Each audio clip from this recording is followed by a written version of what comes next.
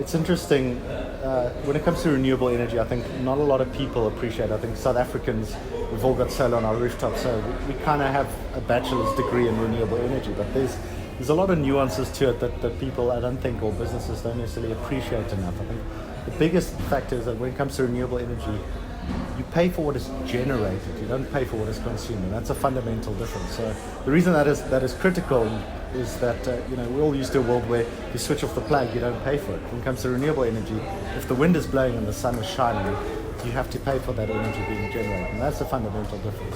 And the reason that is important is that we are not experienced or equipped necessarily to manage that risk on that. You can't control the wind, you can't control the cloud cover, and businesses often can't control or shouldn't be in a position where they control their electricity consumption based on wind or solar patterns. This is just completely unreasonable. And for that reason, the market, when renewable energy started to be adopted in South Africa, sort of worked on the principle of saying, let's not try and manage that risk, let's actually try to avoid that risk, which I think was appropriate at the time, but what it resulted in is that businesses often took up renewable energy to the point of what is called wasted energy. So just take enough energy so that if the wind really blows or the sun really shines or your own consumption really drops, that you never pay for electricity that you don't need. The consequence is that a few years, basically how it plays out over time is that businesses only take renewable energy to replace 30, 40, maybe 50% of their current consumption. So they're always 50% reliant on dirty electricity, which, I mean, for the head of ESG, reducing your emissions by 50% is a massive win.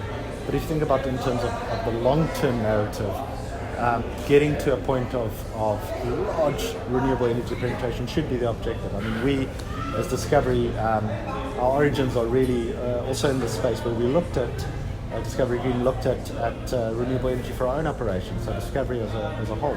We looked at it and found that every single provider was offering us a 50% solution. And we kept asking ourselves, is there a way to find that other 50? It took us on an interesting journey, a very much a data-driven journey, whereby we got an enormous amount of data around renewable energy, around business consumption, and through a large amount of actuaries at the problem to say, listen, how could you solve this? How can we get to 100%? We don't want to get 50, we want to get to 100, and how can you do it? And the answer really lied in diversification. So if you're able to find enough businesses with diverse consumption profiles, and you almost think of it as like the Tetris blocks that you put together, if you're able to put them all together in the right way, you're actually able to get to a point where you can say to companies, it's not 50%, it's 90%.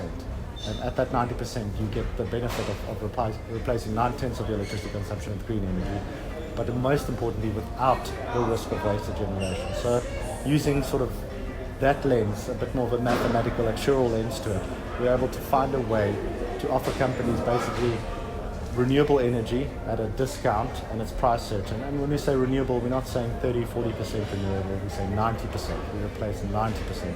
And that has been sort of our journey around this. And the mining industry in particular has been very, very receptive to a big replacement of the emissions factor.